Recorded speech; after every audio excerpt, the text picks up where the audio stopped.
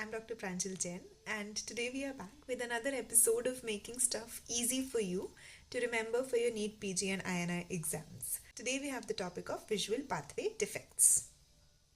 Visual pathway looks something like this, and the path is easy as such, right? There's the optic nerve, crosses over at optic chiasma, moves on towards optic tract, lateral geniculate body, the radiations, and finally the cortex. What we don't understand is if there is a lesion at some point, what would be the effect on the eye? What would we see and what we won't see? For that, you need to understand that the image, when perceived by our eye, has already been crossed. What I mean is, if this is our eye, this is the nasal portion of our eye, and these are the temporal portion of our eye, right? This is an object placed right here. Now, this object also has a temporal and nasal part to it. But what our eyes perceive is a crossed version of it. That means the temporal part of object is taken up by the nasal eye, and the nasal part of the object is taken up by the temporal eye. So now the optic nerves runs like this. Temporal parts go straight, nasal parts crosses over. Temporal part goes straight, nasal part crosses over. So now the temporal part of the object, our temporal vision, is perceived by the nasal part of eye, which are carried by the nasal fibers. And the nasal part of object perceived by the temporal part of eye is taken up by the temporal fibers. Confusing, right? We'll make it easy. I'll also tell you a trick to remember all the visual field defects in the end, but just try to understand this one. It will be more clear once you understand the lesions. So let's look at the lesions one by one. You can have lesions at all part of the optic pathway. Starting off with optic nerve, which means you have a lesion somewhere here. These are your eyes, your optic nerve goes on, and you have a lesion here. So what would happen? You would not be able to see the temporal and nasal fields both. That means monoocular loss. इस आँख का कुछ भी नहीं दिखेगा. Complete loss of one eye. Simple. Second, a lesion at optic chiasma. That is somewhere here. So this is your optic nerve which is crossing, and you have a lesion here. That means the nasal fibers of both the eyes is gone, and the nasal fibers carry the temporal visual field, right? So fiber coming from the nasal field is gone. That means the temporal vision won't be visible, right? Temporal part of the object or our temporal visual field would be affected because temporal field is taken up by the nasal fibers. So if the nasal fibers are gone, the temporal vision is gone. That means for optic chiasma, we would have a bitemporal loss. Third, anywhere after the optic chiasma, that means when the crossing has taken place, anywhere after that, the optic tract, the lateral geniculate body, or the optic radiation, it would have a similar presentation.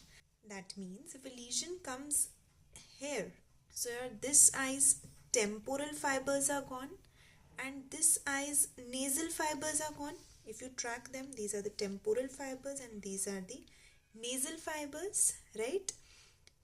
And thus the visual field loss would be opposite.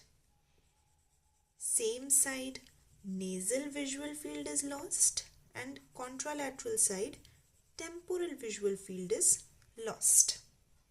This is commonly called as contralateral homonymous hemianopia. That means if this is the left and right of each eye, you cannot see the right part of each eye.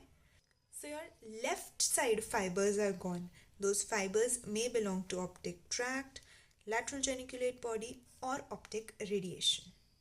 Right? Now a subset of optic radiation seen only in the early phase is quadrantonopia. That is optic radiation only, but only a quadrant is gone. Like a quadrant here is gone. Pie in sky. If the upper quadrants are gone, and pie on floor if the lower quadrants are gone. This is only a early phase in optic tract radiation. Later on it will combine the whole eye like this, right? So what have we seen? I'll just compile it for you so it makes it easy.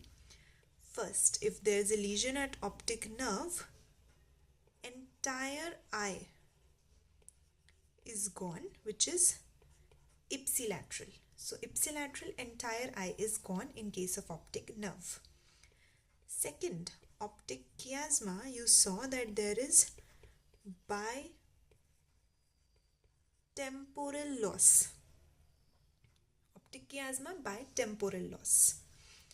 Third, if it is optic tract, lateral geniculate body, or optic radiation, for all three of them, there is contralateral homonymous hemianopia.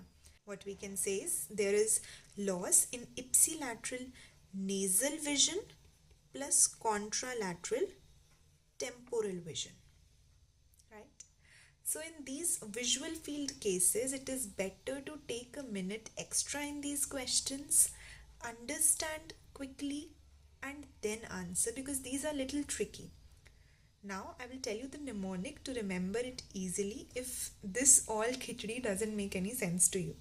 You need to remember that what do the people of this generation do? They invest a lot in crypto and bitcoins, right? So 1 bitcoin halfway up meets the sky, but it falls back to floor. It doesn't mean anything, but okay, so the bitcoin, if you invest in bitcoin, it rises halfway up, you feel it's reaching the sky, and then it comes down, crashing down, and you lose your money. So how do we infer from it? 1, that means if one full eye is gone, it is because of optic nerve. In the name only, ON, optic nerve, and 1. Okay. Bitcoin, bit bitemporal loss is by chiasma, optic chiasma. Halfway up. Now if half of the eye is gone, half, so everything way up from the optic tract to the cortex, if anything is hampered, it would lead to half eye ka vision loss. So homonymous hemianopia, it is all the way up to the cortex, optic tract, LGB, and optic radiation.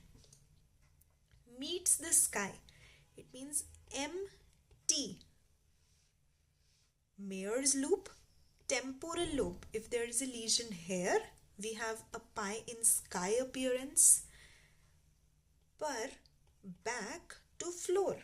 That means parietal lobe, Bohm's lobe is pie on floor. So 1 bitcoin halfway up meets the sky, back to floor. This is one statement that you need to remember, and it will clear your doubts somehow. So I hope this helps, and if you liked it, please like, comment, and don't forget to subscribe. Thank you.